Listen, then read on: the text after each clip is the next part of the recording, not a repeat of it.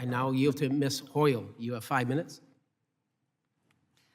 Thank you, and I want to thank everybody for coming and testifying today. That's really interesting. So in recent years, airlines have attempted to carve out their workers from state and local labor protections, including minimum wage, work and rest breaks, medical and family leave, arguing that the Airline Deregulation Act of 1978 preempted any of these labor protections that are below the federal level.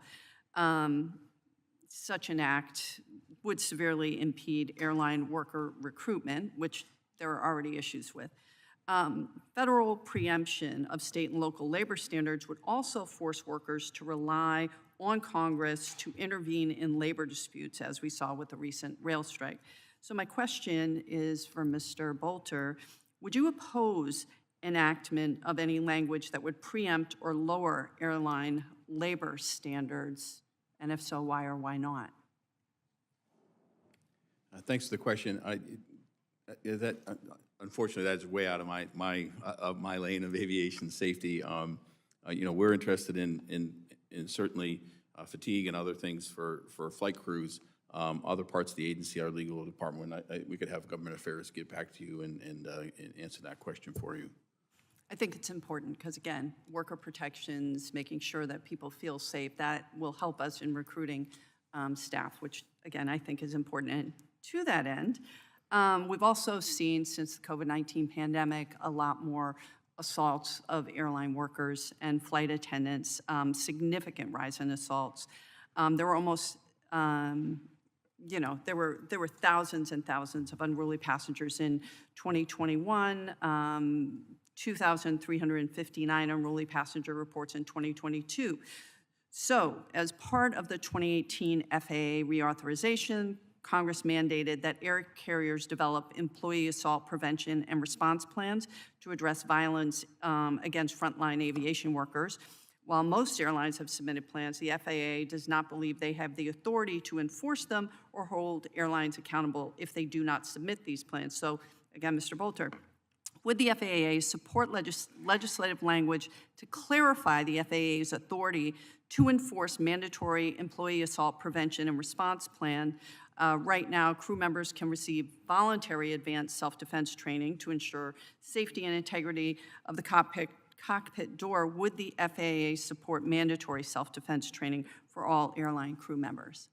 And certainly, safety of the airline workers, or any worker, frankly, in America, is paramount. I'm not sure that where the FAA line is. I'd have to probably talk to the legal department, but certainly, we onboard aircraft once boarded. Most of those outside of that are handled by law enforcement.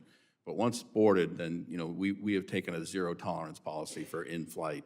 And the most egregious cases get referred to the Department of Justice. So thankfully, I believe the numbers are coming down, at least the last I saw, a little bit, but even one is unacceptable for treating in-flight crew anything other than with respect and dignity.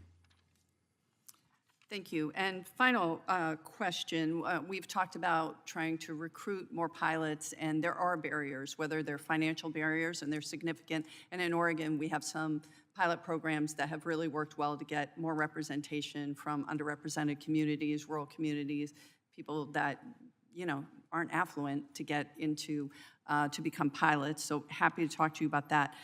But for right now, as you said, I personally don't believe we should lower standards, but you have a lot of people that are in training.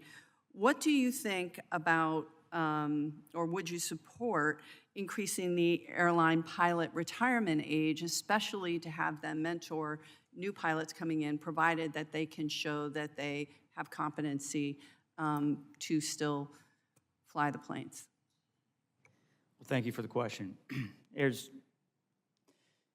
a solution that's in search of a problem, and it puts an uncertain risk in the environment. So it goes beyond just raising the retirement age, which hasn't had enough study. What does happen, though, is the most senior pilots fly international operations.